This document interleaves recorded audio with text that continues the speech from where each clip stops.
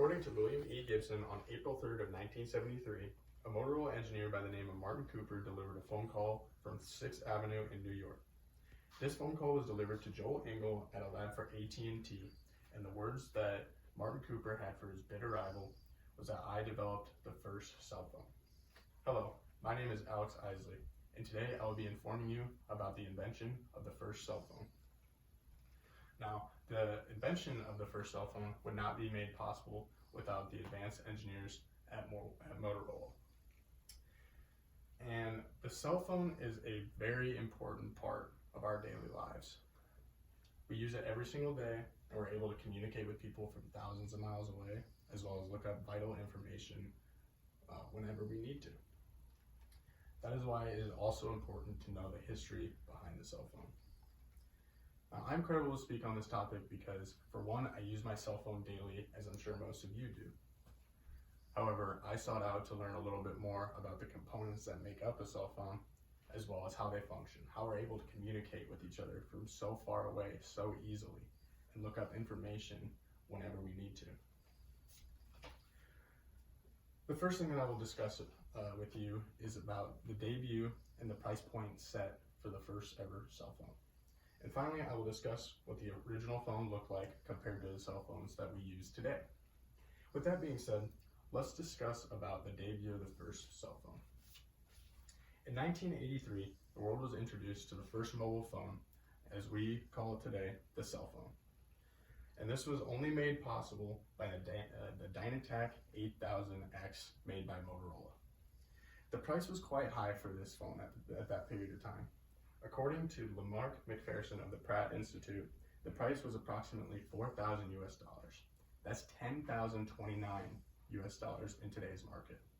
And you might be saying to yourself, that's a pretty high price compared to what we pay for cell phones today. And you would be right. However, as I said before, the first cell phone was invented in 1973. It did not make its first debut until 1983, which meant Motorola took over a decade to perfect this product. Not only that, but they invested at least $100 million into this product. And this is very comparable to the electric cars in our modern day society. At that time period, the cell phone was the pinnacle of technology. Just like today, how the electric car is the pinnacle of technology. Same with self-driving cars.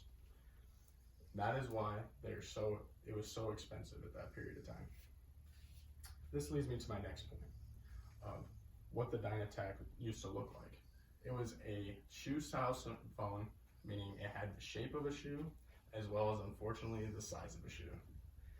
According to Lamarck McPherson of the Pratt Institute, the phone weighed approximately 2.425 pounds and was 9 inches in length.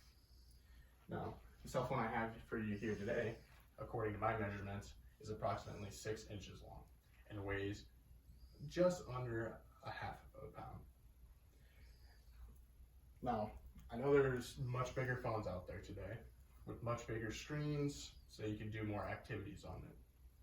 However, none of these phones exceed the 9-inch mark that the Dynatac was originally set at, and none of them even come close. So today, I discussed the debut of the first cell phone and what it used to look like. Now, the cell phones that we use on a daily basis were made possible by the advanced engineers at Motorola, such as Martin Cooper. In conclusion, through much time and preparation, Motorola came out with a perfected product that we still use on a daily basis to call each other and to look up information. Thank you.